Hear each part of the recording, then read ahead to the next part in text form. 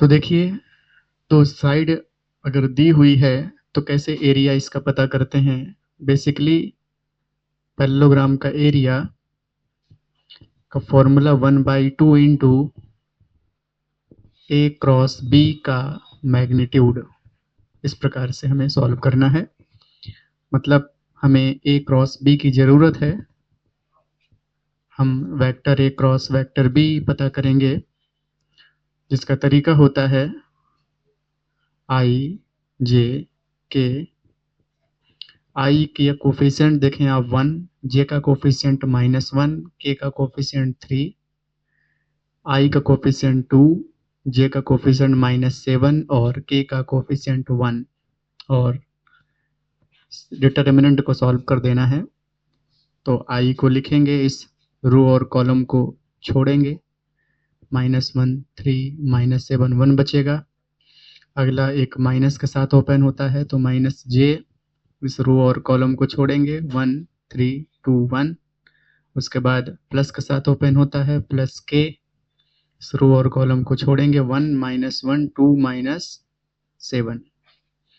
थोड़ा आगे बढ़ेंगे तो i इंटू इन दोनों को मल्टीप्लाई, -1 एक माइनस खुद से लगाना होता है, इन दोनों को मल्टीप्लाई मतलब +21, माइनस j इंटू इन दोनों को मल्टीप्लाई 1 एक माइनस खुद से, इन दोनों को मल्टीप्लाई 6 प्लस k इंटू इन दोनों को मल्टीप्लाई -7 एक माइनस खुद से, इन दोनों को मल्टीप्लाई -2। मतलब ये कितना आ चुका है, i इंटू 20 प्लस का -j into -5 plus k into -5। तो ठीक से लिख दें तो 20i plus 5j minus 5k ए क्रॉस बी की वैल्यू पता चल गई। अब हमें इसका मैग्नीट्यूड निकाल देना है, ए क्रॉस बी का मैग्नीट्यूड।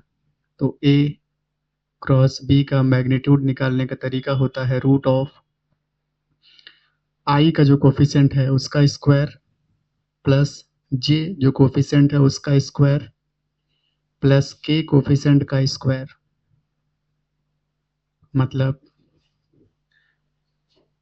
20 का स्क्वायर 400, 25, 5 का स्क्वायर 25, मतलब 450 रूट के अंदर मिला, जो कि ए क्रॉस बी की वैल्यू है।